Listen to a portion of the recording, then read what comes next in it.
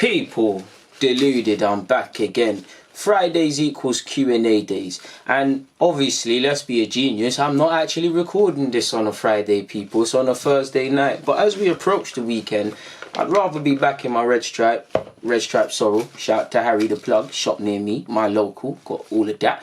But I'd rather be doing that and relaxing and stuff like that. But instead, I'm doing this. No one told me to start this YouTube stuff. I made my bed, I've got a lie in it. Fridays, like I said, is Q&A days. Before I actually get onto it and stop rambling, I have to be appreciative to you guys. Without you lot, the DG Nation, there is none of this Q&A. There isn't everything we've done in 2019 and previous years. We've been on a good run, people. Like, considering it's just a humble kid from 4th Street, you know, in the back with a, you know, bare cracks in walls and that. We've done all right, people. I don't know, what academy, what team hasn't got much peas, but they make good young players? That's how we're moving right now. We're doing all right, people. And this allows me to give something back, Carl. I love to talk about football. Printed some questions out. I won't lie, we'll go over certain things again, because I know 100% I've missed out some questions, people, because I looked at the community tab before I started this vid, and people are still asking questions. But let's go through some. If I missed you out, apologies, it's not a problem. I'll do what I can. Carl Jose has asked to kick things off. Always, I think this came via Twitter, okay? You're always in my mentions, man. Shout out to you, man. You say some funny stuff. You've asked me the following up and coming top 5 centre half, top 5 right back, top 5 CDM. You're moving a bit mad, my guy.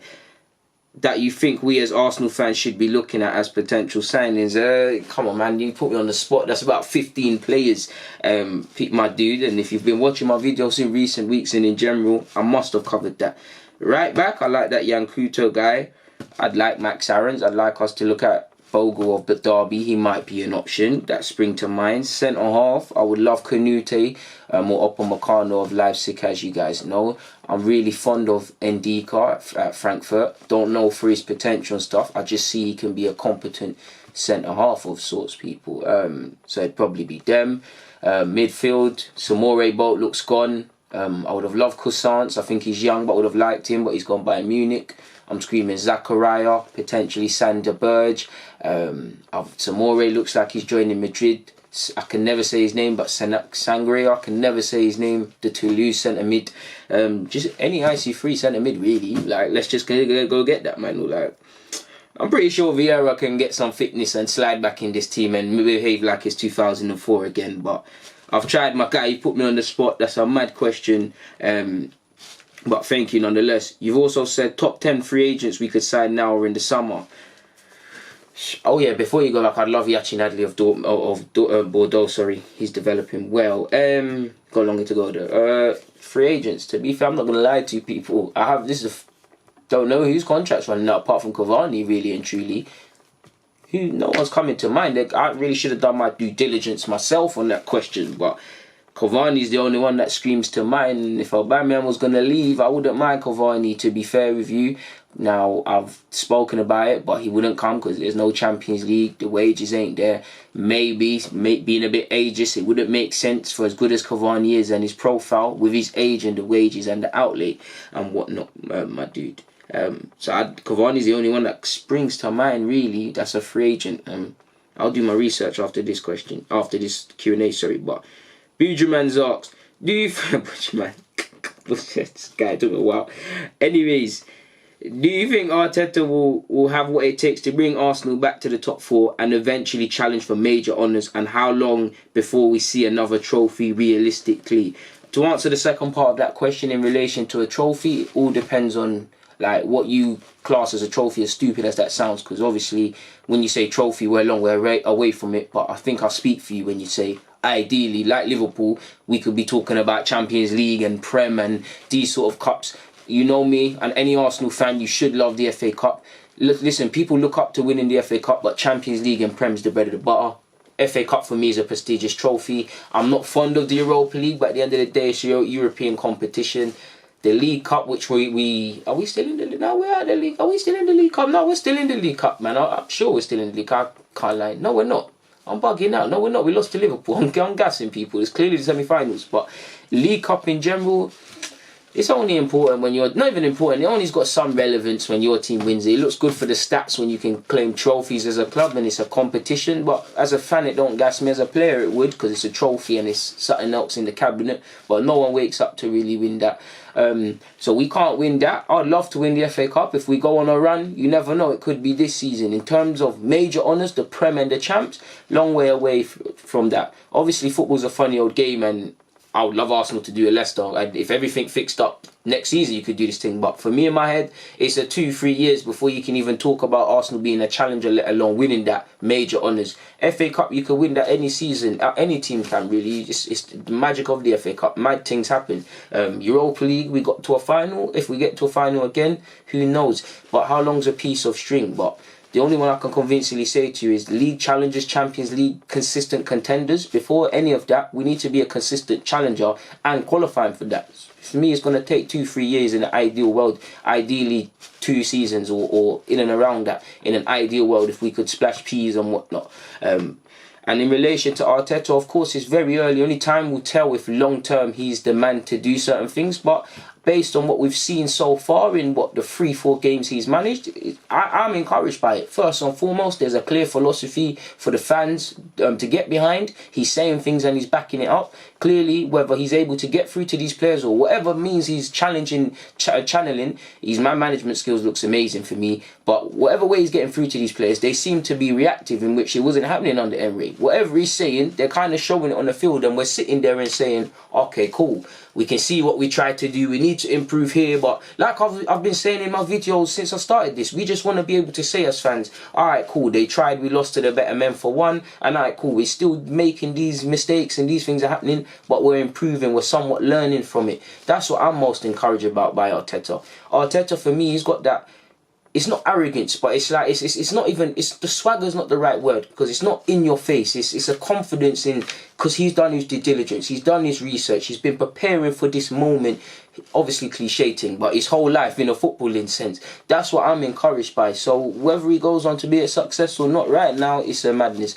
If he goes on a success, we'll speak about it. If it's looking a bit booky under him, then we might have to revisit that conversation. In relation to the top 4, listen, I believe if the club back him with what he's showing me, and the club back him, and what I mean by back isn't necessarily buying 100 man for obvious reasons. It's 2, 3 to 4 quality players fixing up the spine together with a proper pre-season and and all of these things. We could be top 4 challengers next season. Potentially, mathematically, you could do it this year. I'm not gonna lie. For me, this season is just Arteta. You're as much as I love him in management terms, he's a novice. It's his first position. He's gonna make mistakes. It's not a free hit, but kind of guide the team like we're doing to what we want to see, or what we're seeing the blueprint more or less in regards to that. He's going to make mistakes as a manager. Make them kind of now, realise what you're good at, suss out the team beyond the obvious and do your thing. It's not a free hit, but that's all I'm looking at this season. For me as well, like I said, I know we're not title challengers and all of these things, but it's been a while since I've gone to the Emirates or woke up in my yard. However you lot watch the game, you might say the same thing. That I was genuinely excited. Not excited that we're going to win trophies, we're going to do this and that, but inspired. Like I'm happy. I'm looking forward to seeing our team. Don't get twisted. I'm still nervous and that when we play, but do you get it? Like that's been missing me for a while. Since for the first time, I'd probably say 3-4 years. I'm not even gonna lie to you lot, people.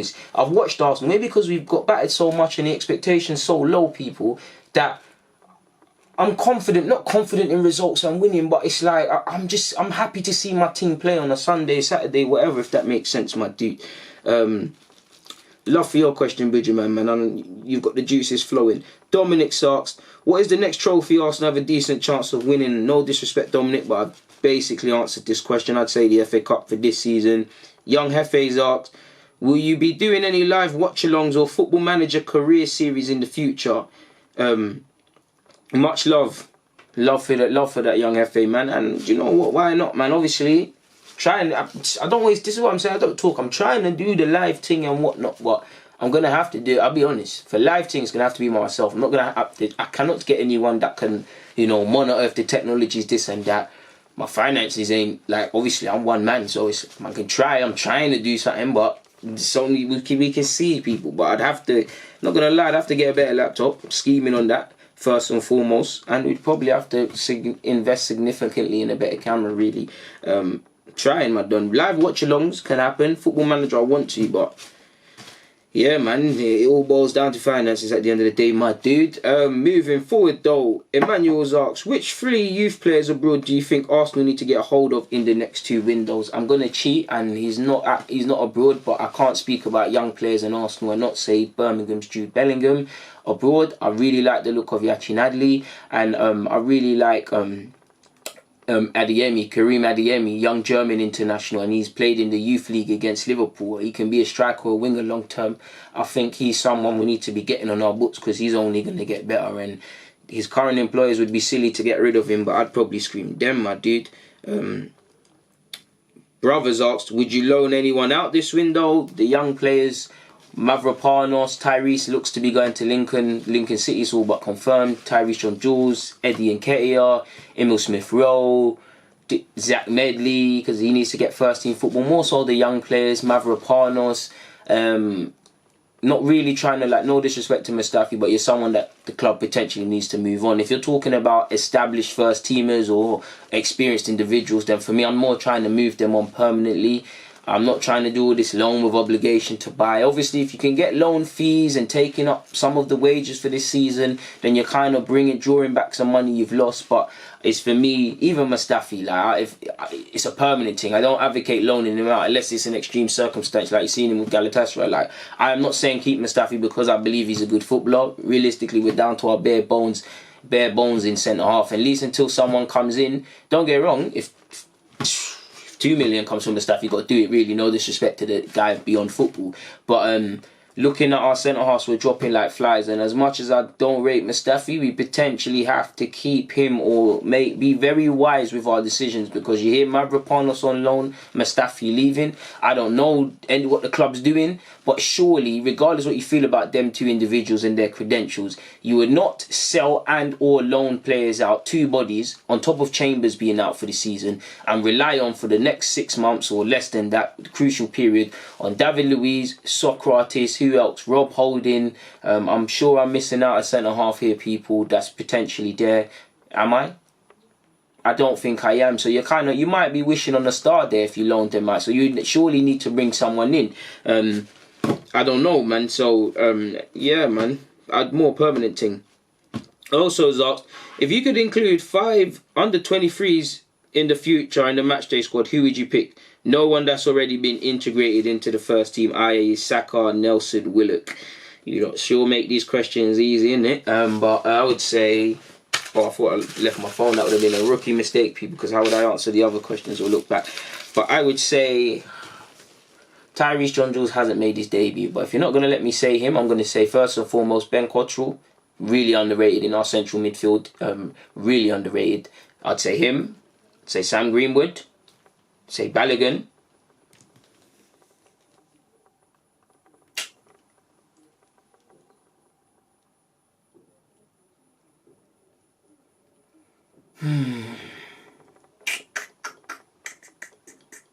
Miguel Aziz. Very long way away from being first team ready, but I'm really big fan of Patino, so I would let him train with the first team if you allow me to say that. I don't necessarily feel everybody's ready, but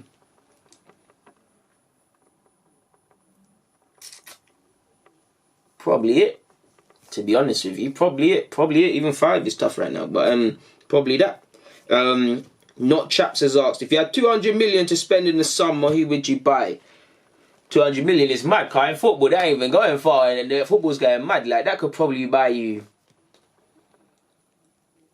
Do you know what? That's probably top quality, not even top quality players, but I would think that could stretch me to 4 players depending on how you do it. But if you was to go English, how far would that go considering Maguire's 80 million?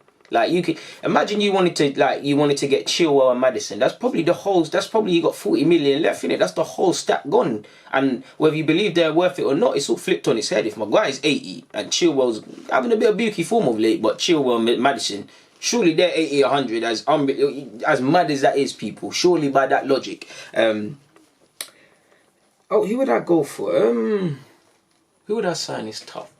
first and foremost, centre half. So we're gonna go for Canute or Upamecano. We're gonna put 50 to 60 million down on the table and see what that can do. We're gonna, you know what, let's get this done, innit? Maybe even two, maybe even both, depending on the price.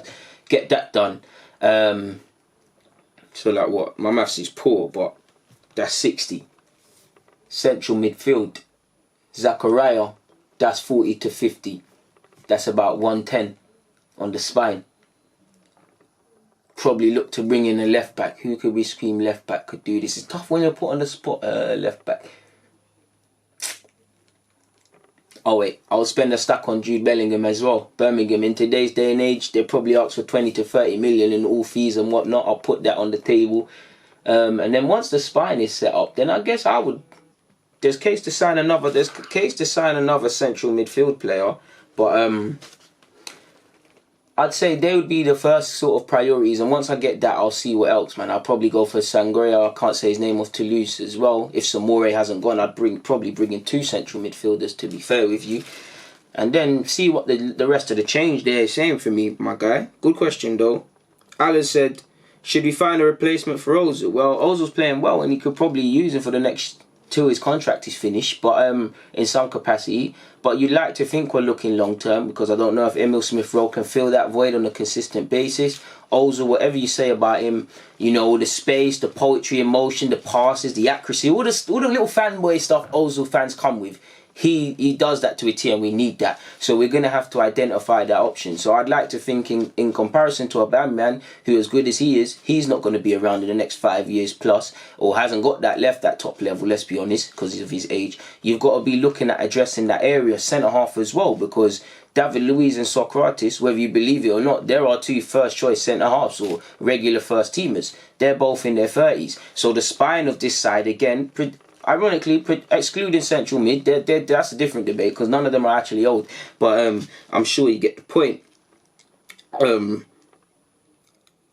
Macrano XP has said, who are your favourite artists? That's a tough one, man. It depends, man. I'm not going to go with the legacy element. I'll say nowadays, been listening to a lot of drill, you know. So I'd probably say Zone 2. He's not exactly drill, but he's wave. I'd say Heady 1, Rico Squeeze, Blake Brown, RA, M24, Stormzy for that dish. Them Stormzy and Wiley's diss tracks and stuff. Like, I got a lot of time for Wiley, but boy, you know, Stormzy did a mad thing with the first one, and the second one, talking about mums are banged up abroad and all them things there. So probably that American thing. Kodak's in jail, but free him. But Kodak, Gunner, Roddy, all the typical ones. Lil Baby, Lil Durk, G Herbo, these sort of guys there, man. Really, but I listen to Eddie Drake. You know the ones there. You gotta say that to edge it out a bit. But yeah, moving on though. Good question. DMN9 has said Upamecano or Canute. I love both of them, but I can't lie. I gravitate towards more Canute, you know, to be fair with you. So I'd say him. George Opinion says, is Aubameyang world class? Not Aubameyang. Is you lot giving me PTSD with them Aubameyang comments? But is Mbappe world class? I think he is. I'm shameless, so I'm gonna say yeah, he is. French Gooner has said top five in your position in the world. Well, if you're assuming that, alright, fullback. So I'd say, well, that was a grassroots level fullback of Sunday League. I'd say Trent Robertson,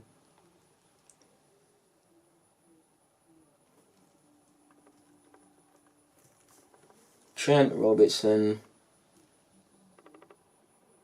don't really rate too many fullbacks, you know. Trent and Robertson, the only ones I really rate, really like that. I mean, Marcelo was always going to be for longevity, but is he at the level he previously was at? Alaba the same, but Alaba's still up there in my opinion, like really and truly. Alba's fallen off, but he's potentially still up there as well. I like Semedo. I think he's one of the most underrated right backs in the world, in world football. I'm not even going to lie to you. I think he is definitely top 5 right back. Yeah, man, that's a tough one, my guy, man. It's difficult when you're put on the spotlight. I'm going to actually think about these questions after, man. I don't like to do homework and stuff for these questions. I think it loses its authenticity. But moving on from that.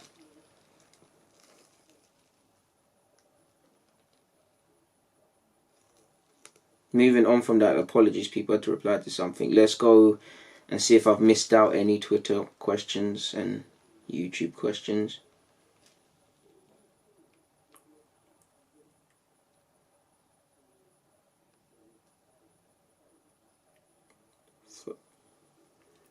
I don't know why I don't... People, I do this every time, bro. I always forget to DM myself the questions, but really all the questions are done. I just want to make sure I'm not missing anyone else out. No, I'm not missing anyone else out on Twitter. So we're good, boy. Moving on to... Where's my voice going? Moving on to YouTube now. Apologies, people. We had a good thing going there. I just want to make sure I'm not missing anything or anyone out. See, BM has said, what do you think about the current clashes happening in the UK scene? Are you Team Stormzy or Team Wiley? Lol, JK and Dot Rotten involved too. It's deep, because Dot Rotten, he started this and it's like no one really cares, really. JK, shout to him, he's a good rapper, but I'm not really trying to hear none of that. I don't really get involved in the diss thing and stuff, because I ain't like Lord of the Mics and all them things there, and half the people commenting on this thing, they don't know that. What annoys me, in it, like, obviously there's boundaries, but people always saying, I'm seeing you've gone too far, you said this, bro, it's dubs. You can go too far in these things. Like, where were you, lot? What do you lot know about clashing? Like, anything goes, people. Anything goes. And I know you're saying your mum is too far. Bro, where were you? You would not have survived back in the days and whatnot. And I'm only 24, so the OGs ahead of me know what on this. Well, you would not have survived in that. Like, I'd say that. But people don't even know what they're talking about as well when it comes to this clashing thing as well. I'm not team no one, man. I'm my own guy. I like Wiley. Like, Wiley's a pioneer, really and truly, and so is Stormzy. Like, I like both of them. I'm not here to pick sides. I'm enjoying the clashes. Right now, I think Stormzy's winning. Like I said earlier, that disappointed tune, my word, like my word, he ruined him. Even the visuals, it's mad. He scored them. That video there is the equivalent to scoring 4 goals in a match at Anfield. The archiving thing, it's a madness. Tavins asks, do you think we could see Cesc Fabregas join Arteta in a couple of years in the backroom stuff? Potentially, never say never. I personally believe so, but who knows? Diabolical has said, what do you think is more important in a successful team, the manager or the players? The players. It's both, it's 50-50, but it's the players. It's the players, because the manager is important, but at the end of the day, the players are the ones on the football field. Like, every manager, all managers that have probably not had good days at teams and whatnot, good times at teams, they probably had the best ideas and actually known how to fix solutions. Like, Emery might have known exactly, like, what Arsenal fans were criticising for Emery. He might have known, like, he might have been screaming that in training, and he's been onto the team about that as well. But he's unable to get through to them. Same way Arteta right now looks like he can. So I'd say it's the players. Because if the players don't, that sounds like the manager. But if you can have all the ideas in the world, if the players are not receptive, if the players don't believe in the project, if the players just don't like you, human emotion thing, it's not going to get anywhere.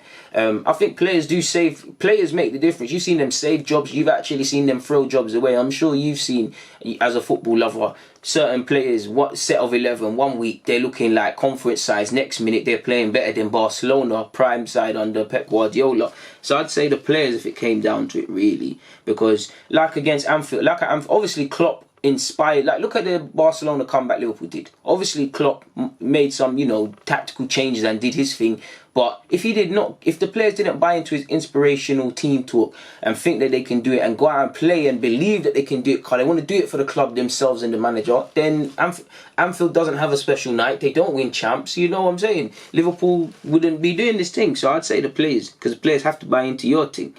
Reeks has said, although Arteta has been a breath of fresh air and nothing but positive on and off the field, similar to Emery, are there any negatives or concerns that potentially may come along in regards to his coaching, etc.?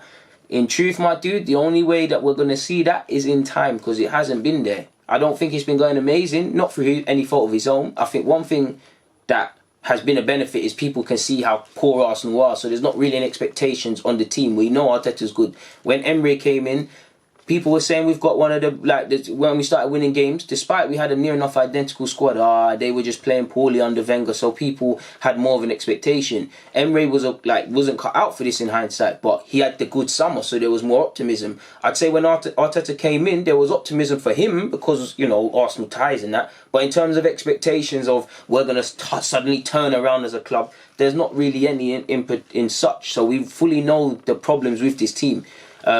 So it's too early to see really. And I mean, I'm going to enjoy making videos and whatnot, of course, my dude, talking about what I see and whatnot. So I don't really have any concerns yet.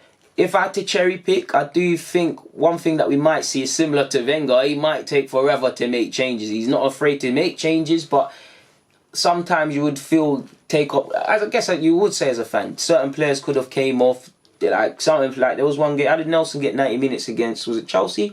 I could be wrong. There was a couple of decisions like that. It was a bit bewildering, but that's always going to happen as a fan. But none of such really. Armando7 has said, some fans are at times unhappy with Nelson, Smith Rowe, Joe Willock's performances in game, but forget they are young players. Likewise, this will happen when he arrives. In my opinion, I think Sancho has rigged the game, also Mbappe to an extent. Do you think Sancho has set the bar so high for young players? I don't think Sancho's done it. I think Sancho and Mbappe, they're anomalies. People see... like what people don't always see it. Sancho might have gone through the same thing, people, if he was to immediately start playing at City. People see him playing and banging now, but he didn't start playing the moment he touched in Dortmund. He had to bide his time, he trained up, and obviously he's now got confidence from playing well and being in different environments. I'd say the problem is not with Sancho, not with Mbappe, it's with football fans. Before, the minute Mbappe did a dribble at Monaco, and rightly so, he's a bad boy footballer. Next this, next that, next the other. Callum Hudson-Odoi, next this, the other. Myself, I think if he gets fit and playing, which he looks, the injury's done something to him right now and he needs to get through it, he could be in the Euro squad. People saying he's got this and that, forgetting that if you look at Callum Hudson-Odoi, for all the talent in comparison to Reece James, different ages, but Reece James, Loftus-Cheek, Tammy Abraham and all these Chelsea young Mount, all these guys in and about the side, if you look at it and you look at basic competencies, he's a baller. But is it a coincidence he's the most behind when... How many games, professional games, minutes or currency did they get under their belt? How many did Callum Hudson-Odoi has he got now and did he have? So it's the expectations of fans. It's like with Nelson. People were looking at 5-second clips of him scoring goals in Hoffenheim, but not necessarily. And you don't have to watch the whole game, but the context. There's sometimes he played poor. He just scored or he didn't. It weren't really anything. There was times where he didn't there was no hype, but he didn't score assists, but he played well.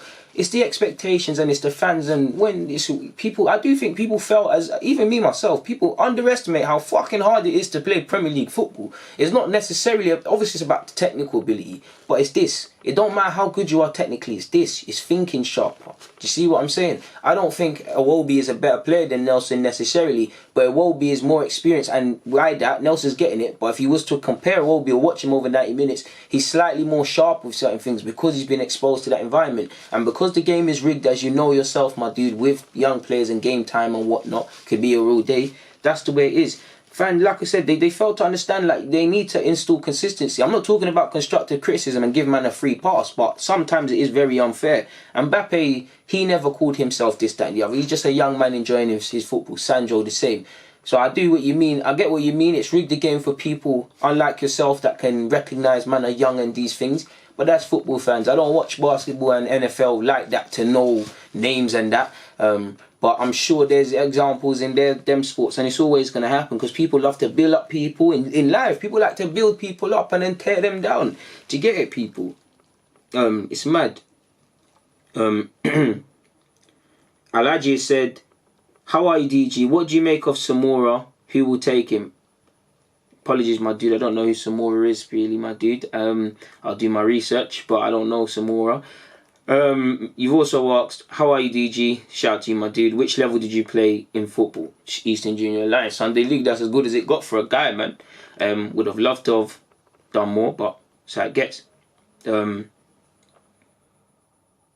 SK said, I was watching Yardman interview on AFTV and he said instead of rebuilding the team for the sake of rebuilding, we should rebuild a team that can beat Liverpool. Likewise, it is how Liverpool rebuilt their team and built it to beat City and challenge in the Champions League. Well, first and foremost, we've got to build a team just to be consistent and competent.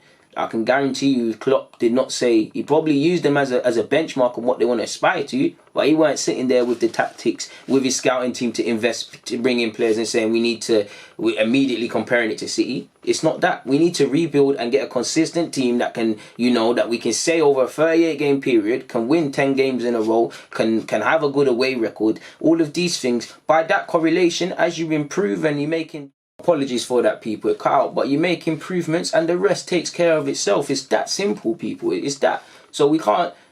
I agree with, as an Arsenal fan, we've sat here and rebuilt with young players. We've been here with the projects. We've done it with the Ramseys and Wilsheres and these guys, and it didn't really get us anywhere. We then had Santi come in, Ozil come in, Alexis come in. Man, them talking about Bayern Munich level, looking, even a couple seasons we're finishing second, third and that. Remember even the Leicester one. I actually remember one funny season that under Arsene Wenger, I can't remember it. I think we was wearing the yellow kit. But we was actually better in the big games. It was the small ones messing us up. And then we like Arsenal for years. I can't lie. We like to build up things and then never get the fruits of the labour sort of thing. It's like we like growing mango trees, and then when it's time to harvest, everybody else gets to eat it, and we just have to plant the next one and wait till the season comes. So I definitely agree somewhat and get with it. Jamal said, first and foremost, Happy New Year, Deluded, and start the year stronger than the end of last year and keep winning. You choosing N'Golo Kante. My question for you is, with all the new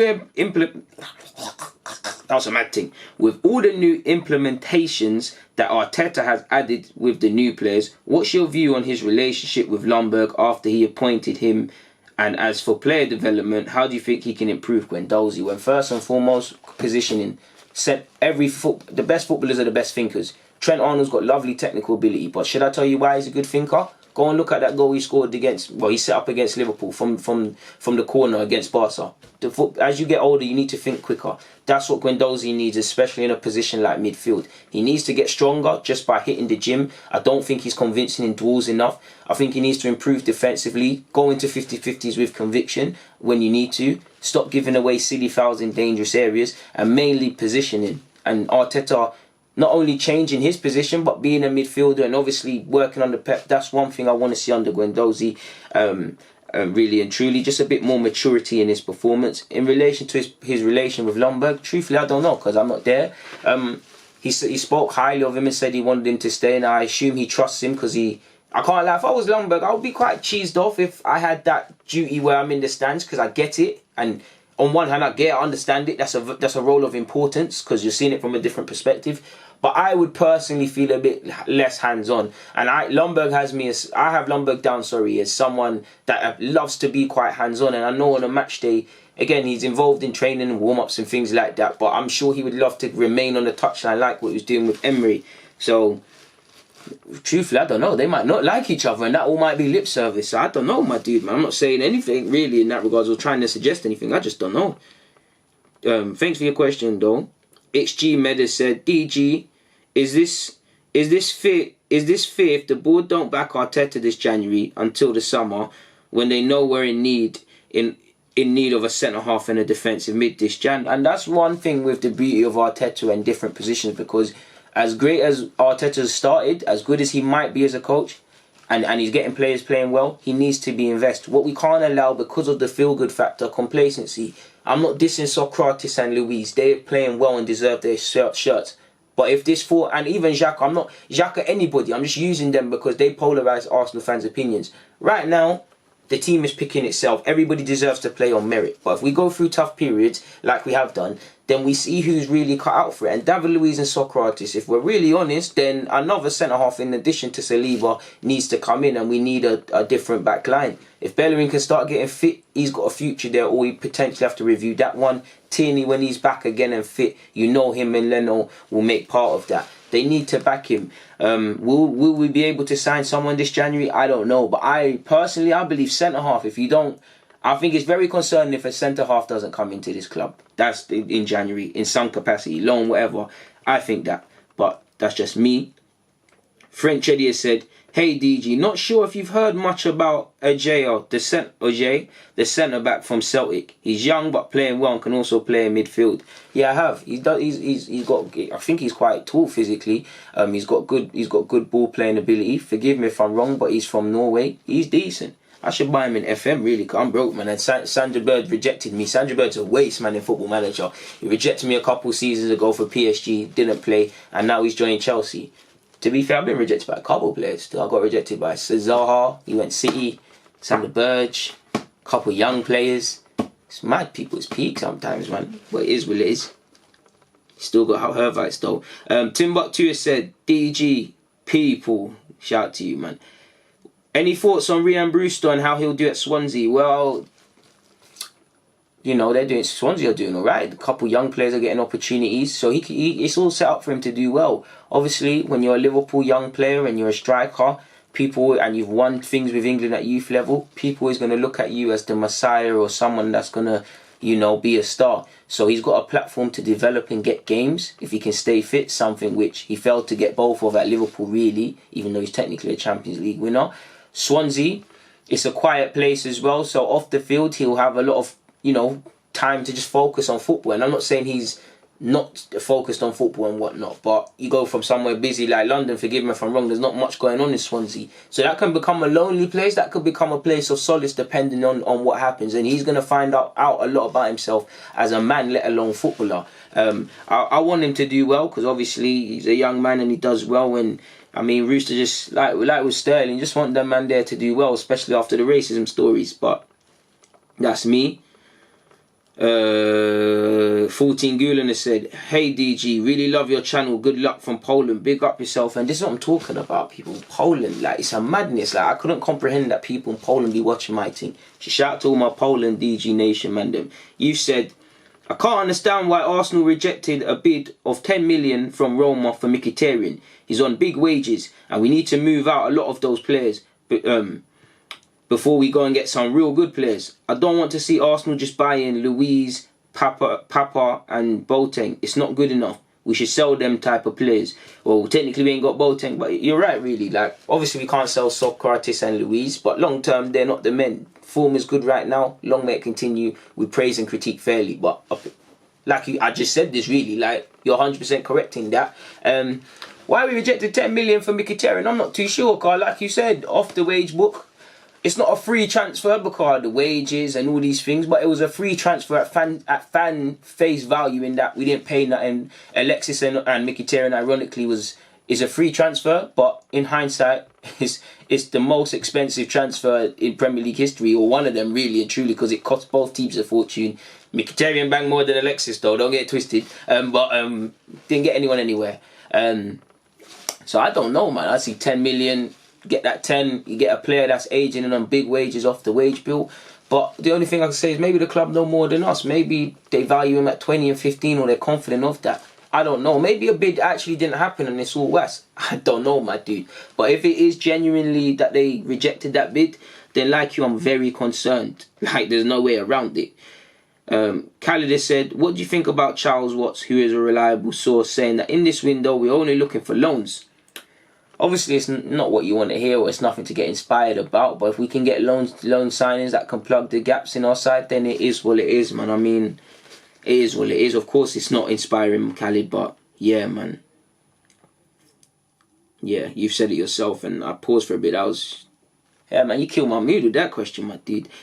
D Solo has said, positive vibes for 2020 DG. Shout out to you, D Solo, man. You said, who would you say is Arsenal's best young player? I think Martinelli, and I wouldn't itch to put him up front from now. Salute yourself. Big up yourself, my guy. Same. I love all these young players, but Martinelli, like, he reminds me of a young Alexis Sanchez. I don't agree with you with the slapping him up front. What I mean by that is, I'll give him games up there, but do I think he's necessarily ready to, or I'd be confident, not because of him, but ready to say, all right, cool, Aubameyang's gone now. You need to, this is you, Martinelli. Now you've hit the ground running, but you need to get me 20. You're going to get me 20 league goals minimum.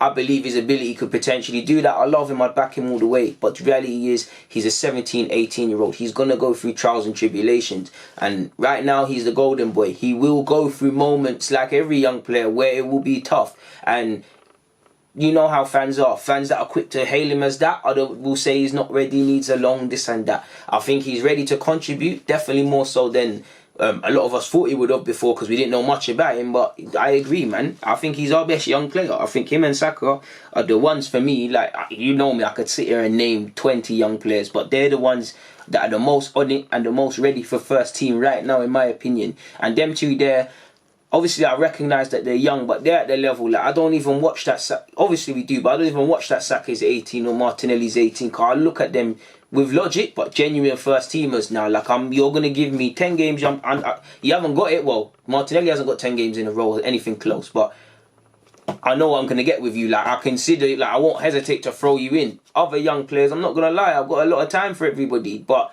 there might be games where they're the one. Not even that. They're the two. I'm saying that they're hitting the ground running. Like, I don't need to do this young player holding your hand and things like that, and the Wenger sort of thing. Do you get it, my guy? Great question, though. Trouble has asked, if you had to pick out of Thomas Lemar and Hakim Ziyech, who would you choose and why? Now, Ziyech would be the logical choice for me. He's in better form and he's probably the better player at this moment in time. But I'd say Thomas Lemar because I'm a big fan of his. I feel like Arsene Wenger, when he missed out on Ozil initially when he was a young player, I would love to, fly over to Atletico and have conversations with Lemar and say, well, you're a super player and all them things there. So I'm going to say Thomas Lemar purely because of sentiment. And I still think there's a player in there of some things. Tayiba said, what were your first football boots you bought and what brand were they? The first ones I bought with my own actual money when I was doing my thing, Vapors. No. Yeah, Vapors. Like, 17 Vapors. Like, actually doing this to myself, I say Vapors. Like, I just wanted to. In fact, I'm lying. Preds. Year 6, I bought myself Preds with my birthday money. Preds. I'd say Preds for a bit, then it was Adipures, Vapors, had Vapors for years. But the real first boots I loved were I had in Astros and boots, I had the silver, I don't know. Do you remember the Ronaldo boots? Ronaldo Lima, the R19s, the silver ones with the black ticks? That was my thing. I had them in Astros and boots, and I remember the Total 90s as well with the tongue. Used to love them things there, man. Had Umbo boots, but we don't want to talk about them things there as well. What other ones have we got? Khalid has said, what was the reason you first supported Arsenal? Family, North London boys, either this or Spurs really. Chelsea fans, listen, the man them that are with me, that are chilling with in my personal life, you weren't screaming all that Chelsea stuff until year 7. You was not, or 04 in that. I never saw you lot in year 2 and it was all World Cup and that, and all this, it was all Arsenal. When life was just Arsenal and Brazil, man, they were not screaming Chelsea in primary. I remember them days, and you know who I'm talking to that went to my primary. I know you watch my videos. I'm going to get onto you in the WhatsApp group after this. But I'd say that, Thierry Henry, probably the major reason, like, Thierry, and it's like, it was Arsenal. If it weren't Arsenal and the North London clubs, you was a United fan, in my opinion. Obviously, I had a couple Liverpool and that, like, a couple of my man, them, Liverpool didn't really give them much success, but Liverpool, well, apart from, well, they won champs, but Liverpool, they were blooded in, because obviously their dads are Liverpool fans. Especially a lot of black men are Liverpool fans, older black men are Liverpool fans, a lot of them, and that's trickled down. So I'd say it was always one of them, it was always going to be one of them, and Thierry Henry, my dude, man. Thierry Henry, I would have loved, obviously I see him right, but I would have loved to have been 5-10 years older and seen him right, come from Palace and Arsenal and comprehend football at the time. And actually a young Anelka as well, really. But Karima said, what's the biggest flaw at the club except for ownership? I'd say everything with Arsenal's a dragged out process. Like, you see it with a couple of other clubs. You might see on one day, obviously with social media that's different, but on one day they're linked with a player, it's done. With Arsenal, it's always having to track planes and do this. I'd say we move quite slow for things. I'd say that. Or when we see a player, or we don't, like, I'm not saying take chances on people, but I'm pretty sure we've all sat here bare times and said, no, we should have went and grabbed him. Like Robertson at Hull, for example. We've got Tierney now, but that was when I was screaming, go and do that. Liverpool went and done that. I say we're slow for that. Kante, Leicester thing, or it can. Like, we know about these players, but you don't, like, for whatever reason, whether it was Wenger or whatever, even now, things not getting done. So I'd say that. Brian Griffin has said, David Silva or Santi Cazorla. In terms of what they've given the Premier League, David Silva without a doubt. But I'm always going to pick my guy Santi Cazorla. I'm going to pick with the heart. So David Silva, but Santi with the heart. Kaga said, would you do a FIFA series about Arsenal? Who knows? Why not, man? If I had the technology, why not? I'd do anything for you guys, man. Lemeno said, would you take Marquinhos from PSG or Kimbele? Would they take us, my dude? Would be the question. And Mohammed has said, who's the waviest under-20s baller? You've put me on the spot. But I'm going to say Jude Bellingham because he's the only young player I wouldn't really get to. There's Bear, but he's the one I really want to get to this club. Well, I'd say Gabriel Varone. He done well at the under-17s World Cup recently. I think I've answered everybody's question, people. So on that note, I'm going to get out of here. People, it's been a pleasure. Deluded, I'm out.